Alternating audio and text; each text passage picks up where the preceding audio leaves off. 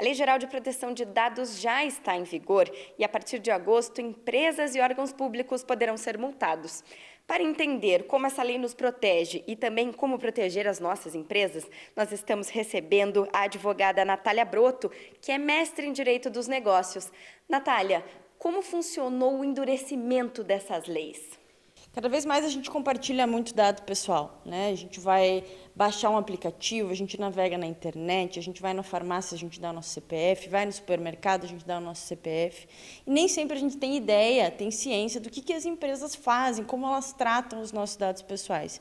Diante disso, surgiu a necessidade de ter uma regulamentação, ter uma lei que vai dizer para as empresas o que ela pode ou não pode fazer com os nossos dados pessoais.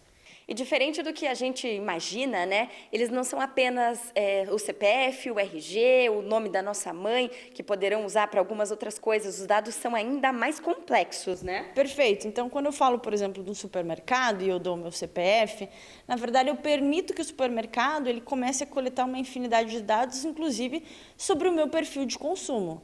Se eu vou numa farmácia e eu dou o meu CPF, eu permito que a farmácia colete uma infinidade de dados sobre os remédios que eu consumo e, portanto, muitas vezes sobre os dados da minha saúde. Então, realmente é muito mais complexo do que simplesmente um dado cadastral. E para os nossos telespectadores empresários que precisam se resguardar agora nesse momento, onde as empresas podem sofrer multas de até 50 milhões de reais, né? Como se proteger? O empresário ele precisa primeiro entender quais as interações que a empresa dele tem com dados pessoais. Se é uma empresa que vende, por exemplo, para o consumidor final, obviamente tem muito mais complexidade, né? Vende para um titular de dados.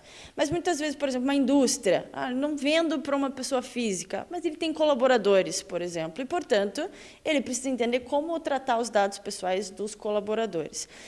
Para falar de uma maneira bastante simplista, ele precisa entender essas interações, ter boas práticas, entender o que ele pode ou não pode fazer, contratualizar, ter questões de segurança de informação, confidencialidade, enfim, uma infinidade de questões que o empresário vai ter que se atentar. Então, a partir de agora, o consumidor pode ficar mais tranquilo porque os dados deverão ficar mais seguros e as empresas que não tomarem os devidos cuidados poderão sofrer penalizações. Marcele Nogueira para a TV Evangelizar.